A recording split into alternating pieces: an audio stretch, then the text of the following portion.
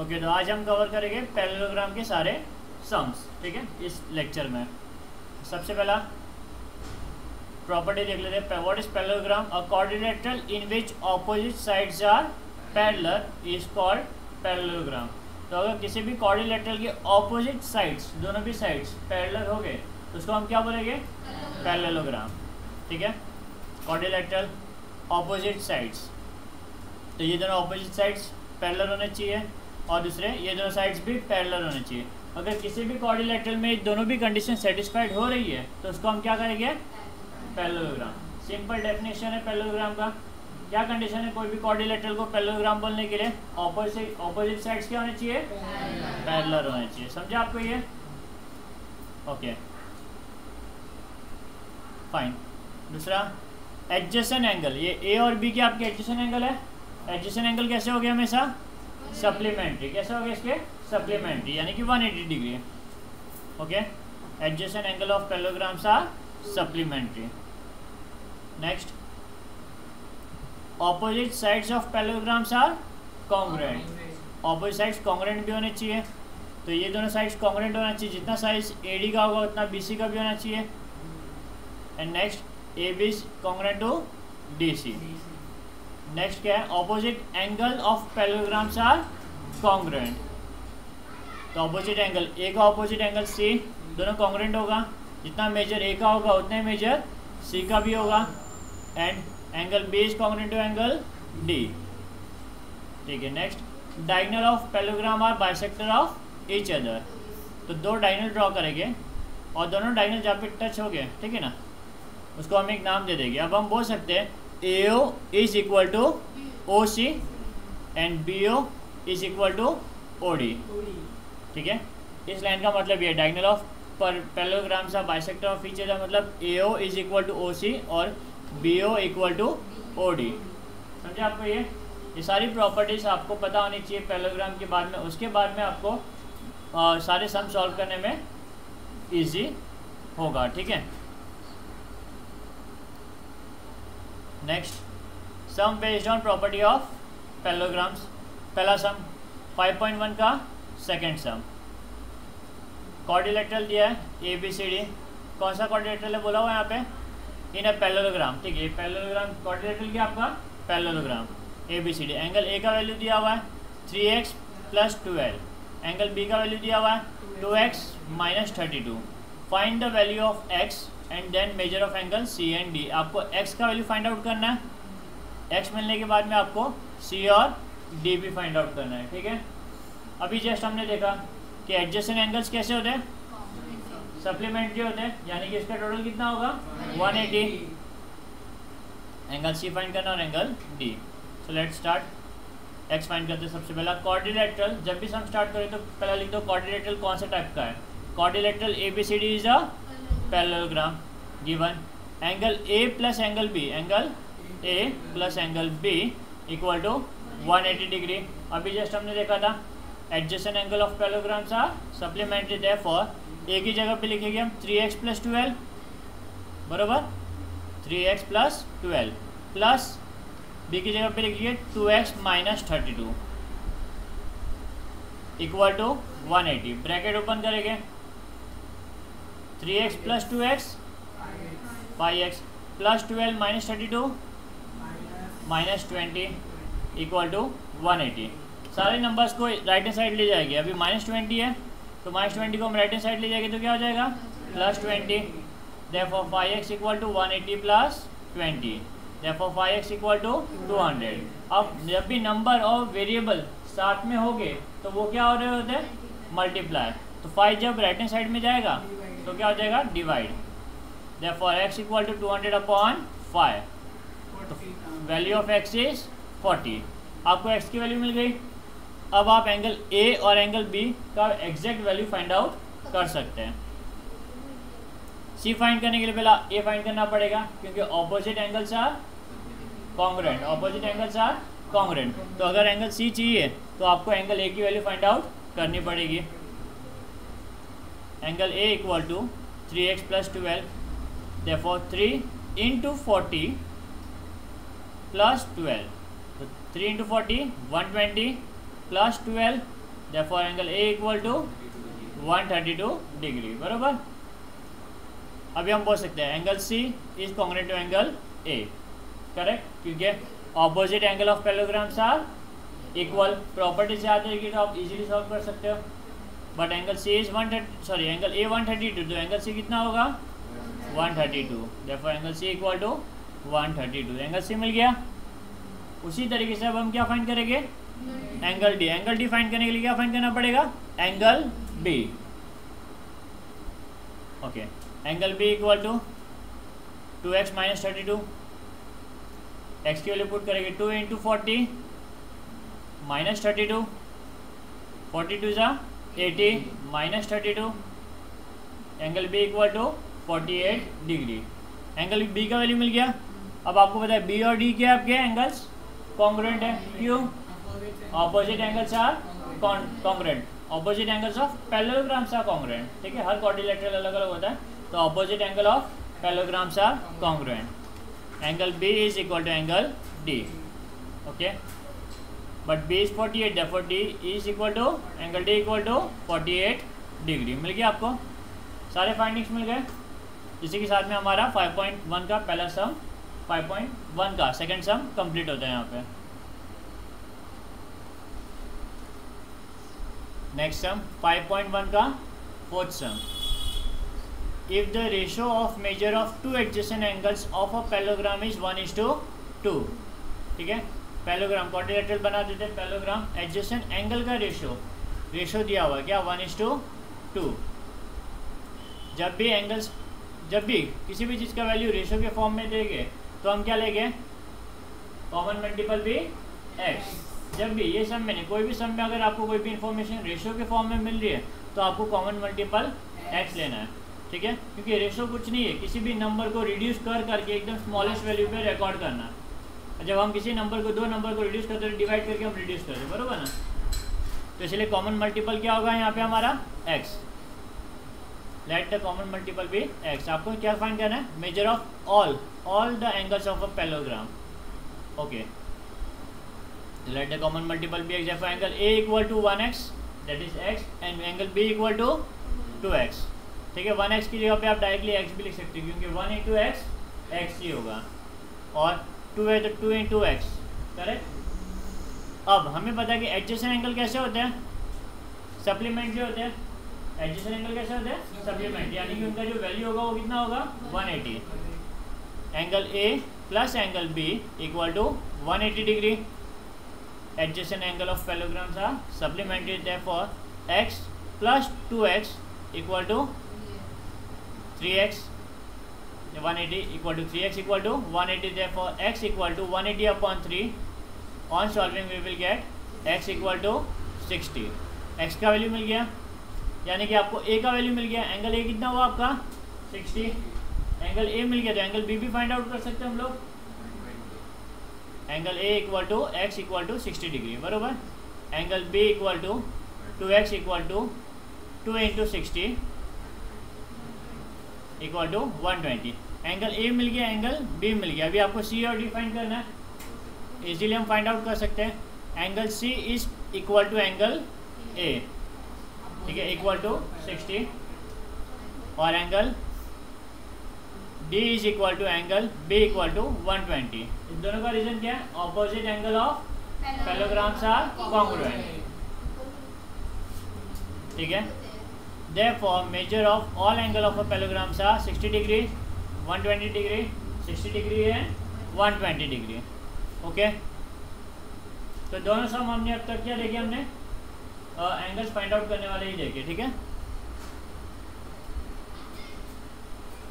Next practice set 5.1 का third some, the perimeter of a parallelogram is 150 centimetre, one of its side is greater than the other by 25 centimeter. Find the length of all the sides of a parallelogram. अब पहले जो सम हमने angles find out वाले देखे, अब हम देखें sides कैसे फाइंड आउट कर सकते हैं, ठीक है। सबसे पहले आपको पैरेललोग्राम बोला, पैरेललोग्राम ड्रॉ कर दिया, और हमें पता है कि पैरेललोग्राम में ऑपोजिट साइड्स कैसे होते हैं, कॉन्ग्रुएंट। तो डायग्राम में आप देख सकते हो, मैंने यहाँ पे सिंगल लाइन ड्रॉ की दोनों जगह पे, ए बी और सी डी के यहाँ पे, यानी कि ये इंडिकेट कर रहा है कि A B is congruent to C D और A D is congruent to B C, बराबर। तो ये मैंने ऑलरेडी डायग्राम में मार्किंग के थ्रू यहाँ पे बता दिया। अब यहाँ पे लिखा वन ऑफ इच साइड, कोई भी एक साइड ले सकते हो, कोई भी एक साइड जो है वो बड़ा है, ग्रेटर यानी कि बड़ा है किससे, दूसरे साइड से।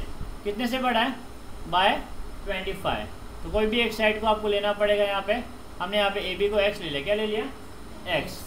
ये जो अदर साइड है ना, देन इट्स अदर, तो ये अदर साइड है उसको हमने क्या ले लिया, एक्स। तो दूसरा साइड कौन सा बचा अभी, let A B equal to x. दूसरा साइड कौन सा बचा, ए डी। कौन सा बचा, ए डी। ए बी तो मिल गया, ए बी और सी डी कितना है, दोनों भी एक्स है। ए बी को अगर हमने एक्स लिया तो सी डी को भी हम एक्स ही बोलेंगे क्योंकि दोनों भी कॉन्ग्रेंट है। और अदर साइड कौन सा बचा है, ए डी और बी सी, कोई भी आप लिख सकते हो। तो यहाँ पे हम लिखेंगे B C equal to x plus 25। One of each side, one of each side मतलब क्या है यहाँ पे, वन ऑफ इच साइड मतलब यहाँ पे आपका हो गया side, side B C. Is मतलब इक्वल टू, ग्रेटर मतलब प्लस, बरोबर। कितना ग्रेटर, 25 सेंटीमीटर, तो प्लस 25 किस से, then the other, other side कितना है आपका, x, तो x प्लस 25, ठीक है, x प्लस 25। तो ये पूरा लाइन इक्वेशन डिफाइन कर रही है, दूसरे साइड का वैल्यू बता रही है आपको, ठीक है ना। तो एक साइड को हमने x लिया तो दूसरा साइड क्या हो गया, x प्लस 25, क्योंकि दूसरा साइड जो है वो पहले वाले साइड से 25 ज़्यादा है, ठीक है। Therefore BC equal to x plus 25 centimetre. Okay, find the length of all it side. आपको सारे लेंथ फाइंड करने हैं सारे साइड्स के। हमें पता है कि A B is equal to D C, A B equal to D C equal to x centimetre, और B C equal to A D, B C equal to A D equal to x plus 25 centimetre.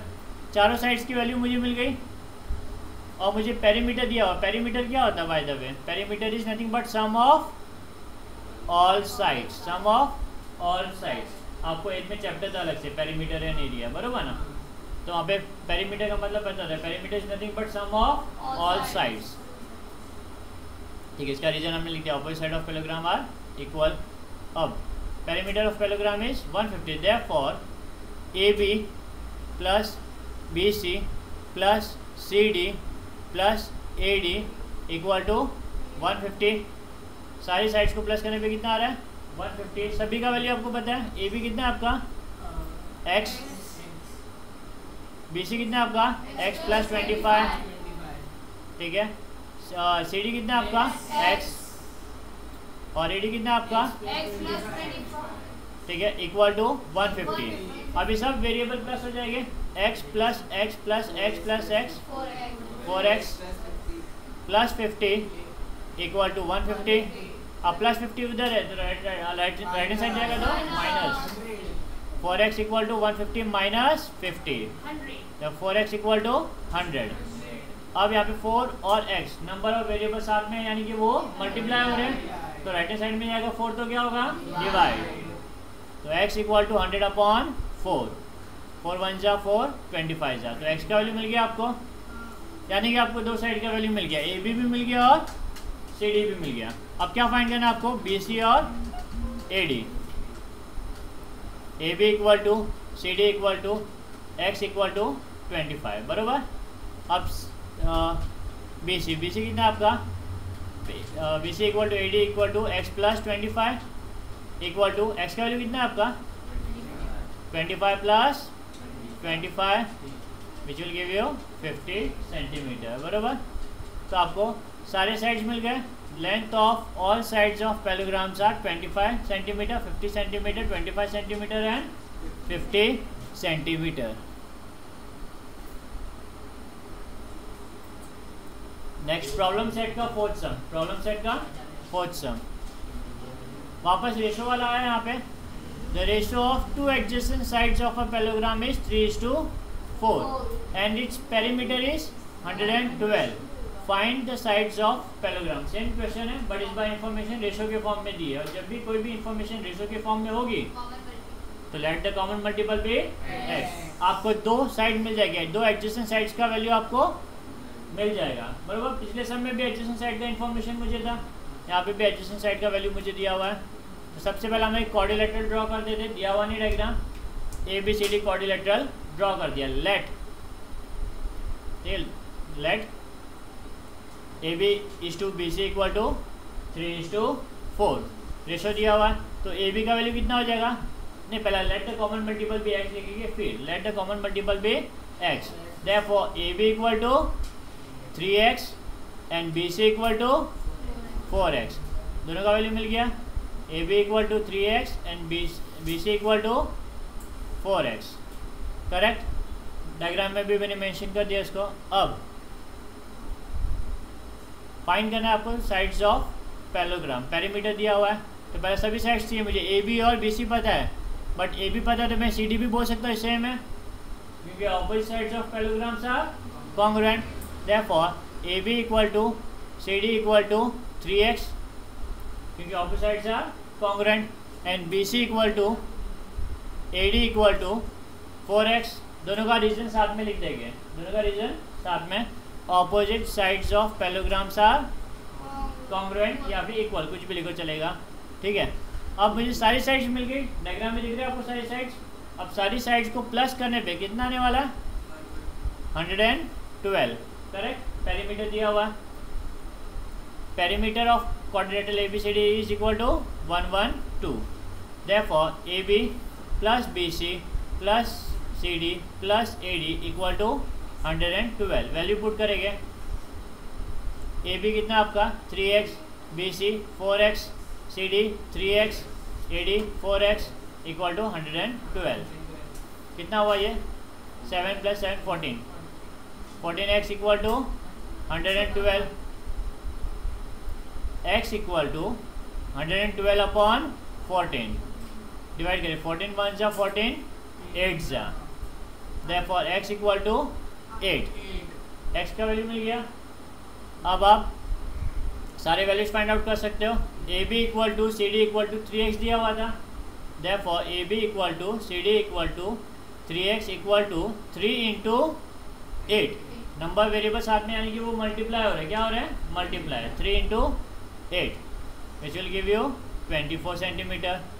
BC equal to AD equal to 4x यानी कि 4 × 8 which will give you 32, समझे आपको।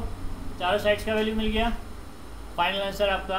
Therefore sides of parallelogram are 24 centimetre, 32 centimetre, 24 centimetre and 32 centimetre. Okay, next सम।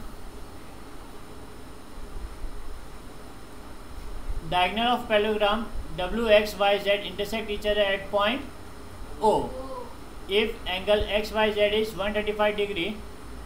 पहले quadrilateral बना दिया, diagonal बोला, diagonal बना देते इसके, ऑपोजिट साइड वर्टेक्स को ज्वाइन किया, डायगोनल बन गए आपके, सेंटर को O नाम दे दिया।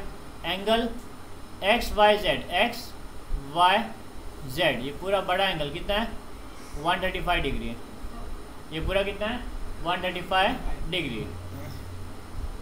What is the measure of angle XWZ? XWZ ये बड़े वाले एंगल का वैल्यू फाइंड करना है, बहुत इजी है। ऑपोजिट एंगल आर कॉन्ग्रुएंट, तो ये 135, तो ये भी कितना होगा 135, ठीक है। दूसरा YZW, YZW हमें पता है एडजेसेंट एंगल कैसे आपके सप्लीमेंट्री है, अगर ये 135 है तो ये और ये 180 है, 180 में से 135 माइनस करेंगे तो मुझे एंगल Z का वैल्यू भी मिल जाएगा, ठीक है।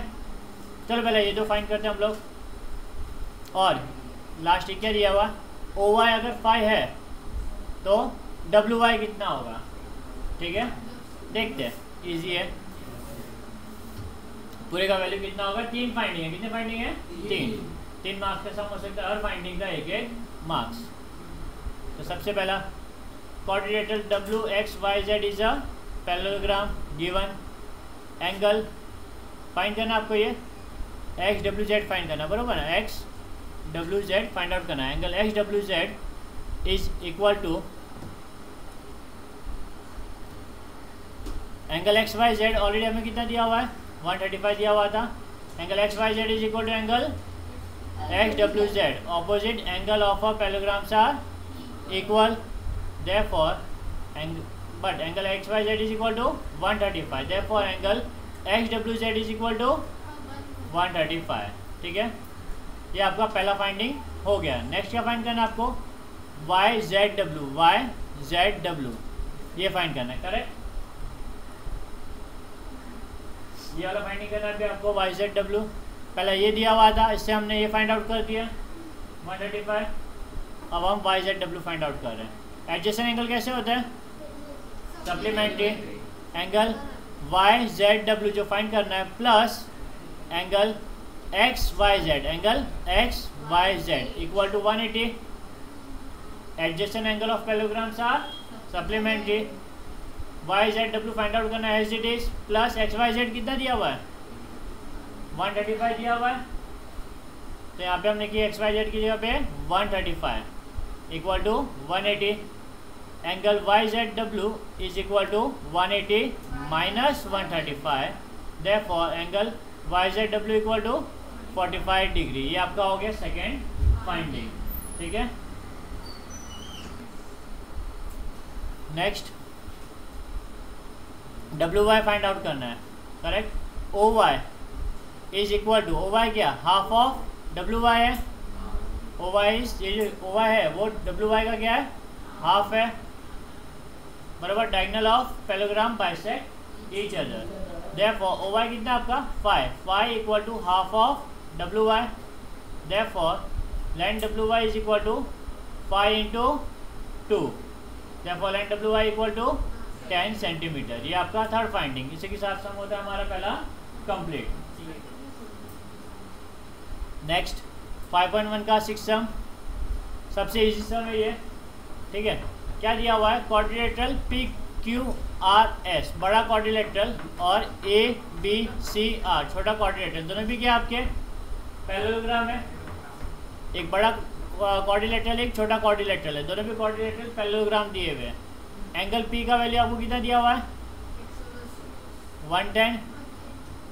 आपको क्या फाइंड करना है? Measure of all angle of quadrilateral ABCR, मतलब छोटे वाले क्वाड्रिलेटरल की चारों भी एंगल्स की वैल्यू आपको फाइंड आउट करनी है. ठीक है, सबसे पहला बड़े वाले क्वाड्रिलेटरल में एंगल P अगर 110 है तो एंगल R कितना होगा? क्योंकि opposite angles of parallelograms are congruent. ठीक है, तो सबसे पहला चारों भी एंगल फाइंड करना है. तो सबसे पहला R फाइंड आउट करेगा. Angle R is equal to angle P. But ये बड़े क्वाड्रिलेटरल में, तो पहले बड़े क्वाड्रिलेटरल का नाम लिखते हैं quadrilateral PQRS is parallelogram. Therefore angle R is equal to angle P. Angle R is equal to angle P. Opposite angle of parallelograms are equal, but angle P is 110. अगर P 110 है तो R कितना होगा? 110. Therefore angle R equal to 110. ये आपको पहला find मिल गया value. अब पहले बड़े क्वाड्रिलेटरल का यूज इतना ही था, अब हम लोग कंप्लीटली छोटे क्वाड्रिलेटरल का ही यूज करेंगे. अभी in quadrilateral ABCR, in quadrilateral ABCR, ये भी क्या आपका पैरेललोग्राम है? Quadrilateral ABCR is a parallelogram. Angle B is equal to angle R. Angle B is equal to angle R. But हाँ, ये पहले reason, opposite angle of parallelograms are equal, but angle B is equal to 110. कहाँ से लिखा हमने? From 1 directly लिख दिया. यहाँ पे हमने R 110 था तो हम डायरेक्टली लिख दिया यहाँ पे. Therefore angle B equal to 110. कहाँ से मिला? फ्रॉम 1. ठीक है, अब दो एंगल्स मिल गए आपको. अब बचे हुए दो एंगल फाइंड करना है. तो बचे हुए दो एंगल में से एक एंगल के लिए हम लोग यूज करेंगे adjacent angles are supplementary. Angle R plus angle C equal to 180. Adjacent angle of parallelograms are supplementary. Therefore 110 plus angle C equal to 180. Therefore angle C equal to 180 plus 110 हो जाएगा तो right hand side में minus 110. Therefore angle C equal to 70 degree. अभी angle C मिल गया तो angle A भी मिल जाएगा इक्वल, बरोबर ना. Therefore angle A is equal to angle C equal, opposite angle of parallelograms are equal, therefore angle C equal to, angle A equal to 70 from 2. मिल गए चारों भी एंगल्स, ये आपका सम होता है यहाँ पे कंप्लीट. नेक्स्ट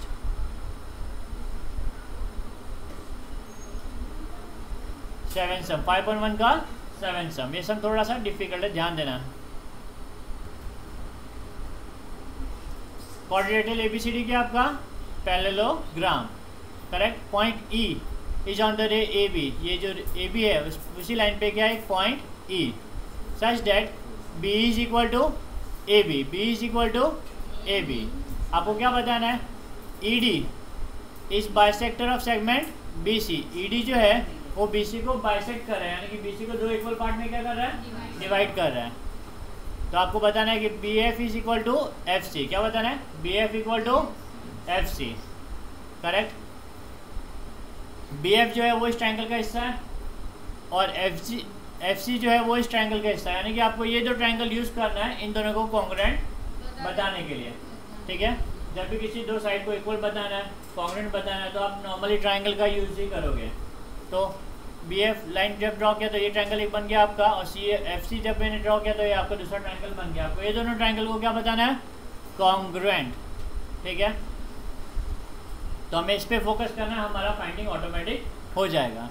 अभी इन दोनों ट्रायंगल को कॉन्ग्रुएंट बताने के लिए मुझे 3 चीज़ों की रिक्वायरमेंट है, करेक्ट. टेस्ट में 3 चीज़ें रिक्वायर्ड होती है ना. तो सबसे पहला angle B F E is equal to angle C F D, vertically opposite angle. ये तो क्लियरली विजिबल है. सेकंड फाइंडिंग मुझे कुछ मिल नहीं रहा है तो मुझे फाइंड आउट करना पड़ेगा. थर्ड फाइंडिंग में मुझे पता नहीं, तो ये 2 चीज़ें मुझे फाइंड करनी पड़ेगी. ये 2 चीज़ फाइंड हो गई तो मैं इजीली ट्रायंगल को क्या बता सकता हूँ, कॉन्ग्रुएंट बता सकता हूँ. ठीक है, तो अभी मेरा फोकस होगा फिलहाल सेकंड और थर्ड वैल्यू को फाइंड आउट करने में. तो quadrilateral ABCD is parallelogram given, therefore AB is parallel to DC, opposite sides are parallel, बरोबर ना. opposite sides of parallelograms are parallel, या फिर बाय डेफिनेशन यहाँ पे डायरेक्टली लिख दिया, यहाँ पे आप भी लिख सकते हो. अभी AB is parallel to DC, therefore आप बोल सकते हो A is parallel to DC, A is parallel to DC, correct. हमने कुछ नहीं, AB को एक्सटेंड किया, क्या किया, ए बी को एक्सटेंड. और जब भी आप किसी चीज़ को एक्सटेंड करते हो तो वहाँ पे आप रीज़न लिखोगे ए डैश बी डैश ई.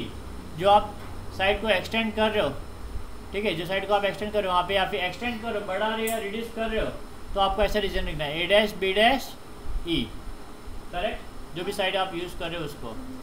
अब आगे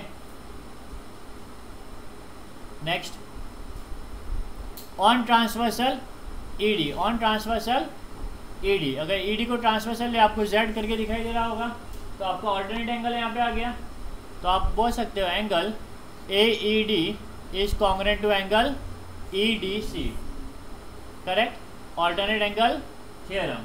बट ये जो नाम है ए ई डी और ई डी सी ट्राइंगल के अंदर नहीं फिट हो रहा है, ट्राइंगल के बाहर वाले पार्ट भी है.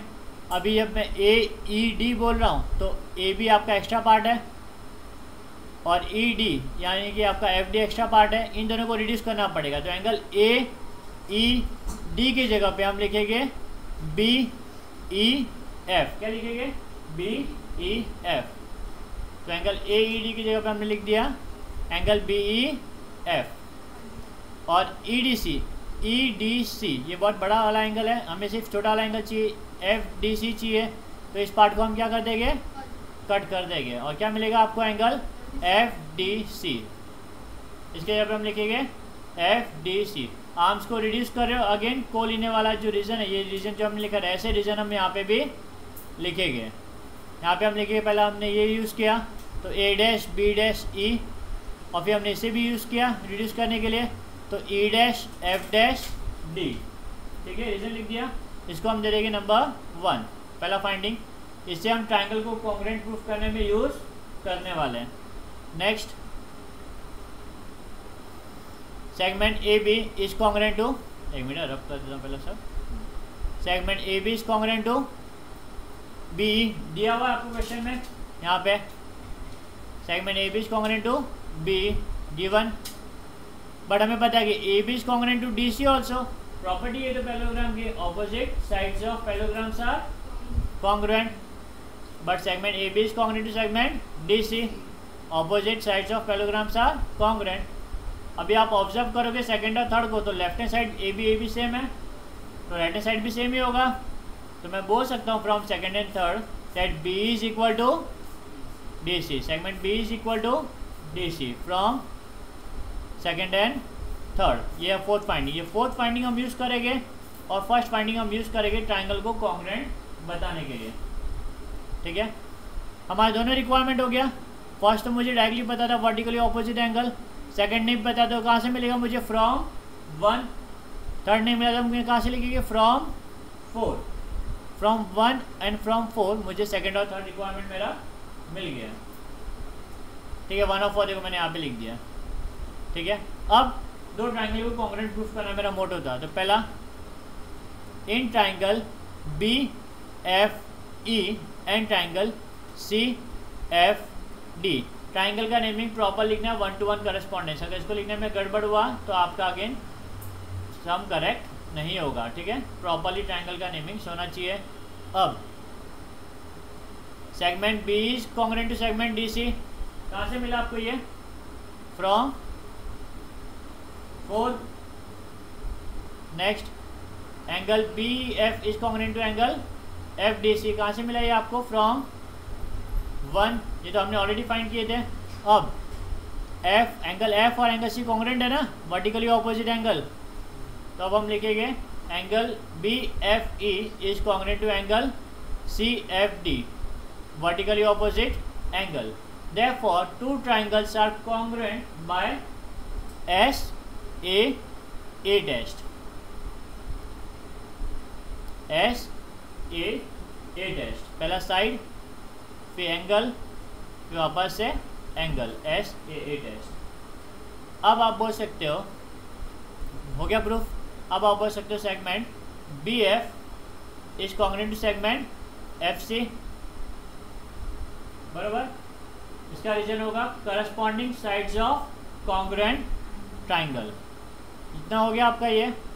अब क्योंकि दोनों भी कॉन्ग्रुएंट है, ठीक है, तो मैं बोल सकता हूँ line E D bisect segment B C at point F. Line E D क्या कर रही है? सेगमेंट बी सी को बाइसेक्ट कर रही है एट पॉइंट एफ. बाइसेक्ट करे तभी तो बी एफ और एफ सी इक्वल होगा. करेक्ट. और इसी के साथ होता है हमारा सम यहाँ पे कंप्लीट.